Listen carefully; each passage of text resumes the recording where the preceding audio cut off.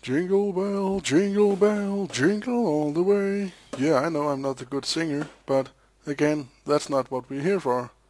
But at least my wife has to live with it. So, this is my Christmas tutorial, or maybe one of them, in 2011.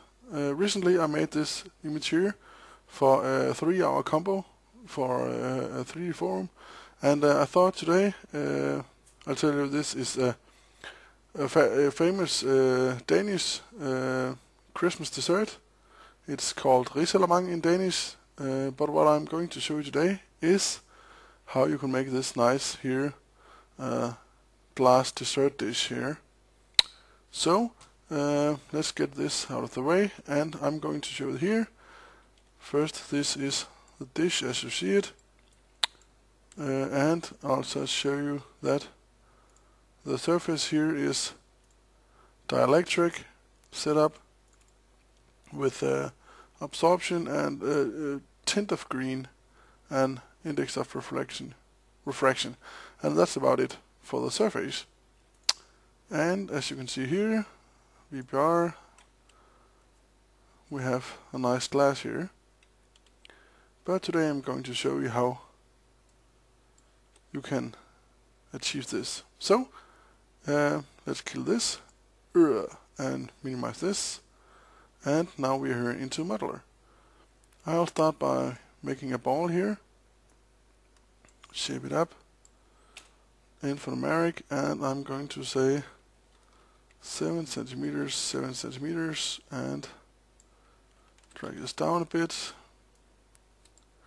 And then according to the size of many of these dessert dishes, they are usually about 16 sides, so we need the double to have the spaces in between. So I'm going to make this 32 sides, and I'm going to set 6 segments like this. Okay, perhaps make this 2.8. Let's say 2.8. Okay. I'm then going to kill the top polygons here, and you can then use a free plugin like thickener or whatever you want, or some techniques. I'll start by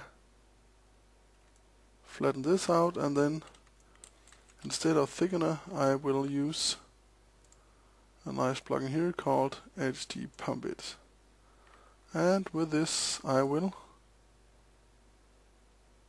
give this some thickness, let's say 5 millimeters here, and return, and so. Now we have the beginning here of the dish. I'm then going to select every other here of the points to start shaping it up. It is going to become a subpatch dish, so I'll start here by dragging this down a bit, and I will stretch this in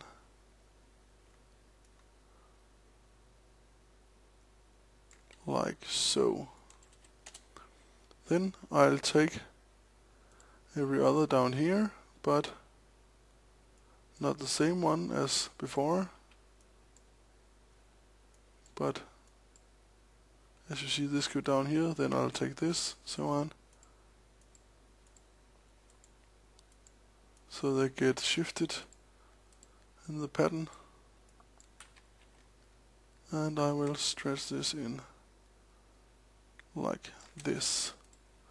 And you see stuff is starting to happen here, down here, and down here. Very nice. I might want to take all this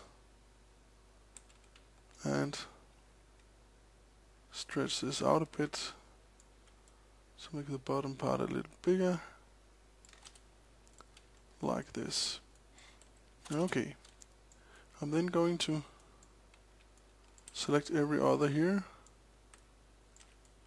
and I'm going to do this from the top view, because then I get both the front and the back and the edge, so that's much faster. Like this, you see, front and back. And I'm going to multi-shift this.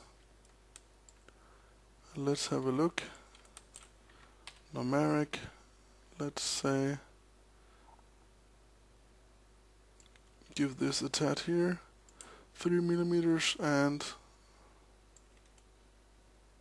say -1 millimeter here, and return. I'm then going to select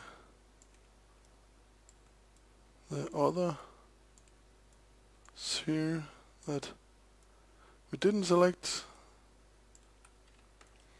I do this in two steps because if I had selected both this and this, it would all have smooth shifted together in one form, and I would not get the same effect. So smooth shift and multi-shift again, and I'm then going to 3 again here and -1, return, deselect. Then again the same here, every other, and we're going to zoom in a bit so we can see here, multi-shift, and say 3 millimeters might be too big. Down here let's say 2, and let's say -1, let's say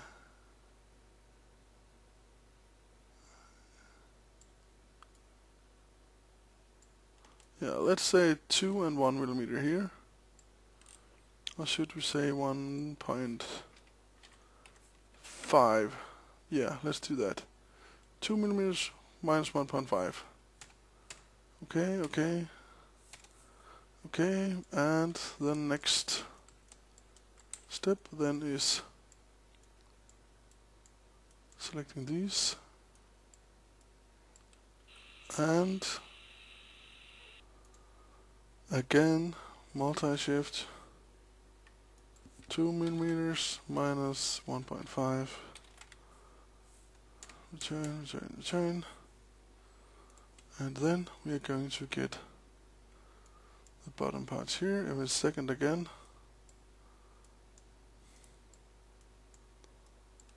like this, multi-shift, and we're going to look here. Try again, 2 millimeters minus 1.5, and see how that looks. That seems okay.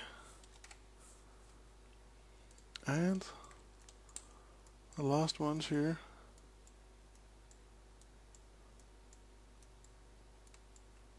and multi-shift, 2 millimeters, 1.5. Yeah. As you see here, this is now the non-sub-patched version here. If I sub-patch this, I will be getting this shape here. As you can see, some of this is not as sharp as others, but we're going to fix this, and we're going to fix the top edge here because it's getting a little thin. So turn off sub-patching, which is the tab key, and I'm going to knife through here like this, which is going to fix my edge up here, as you see.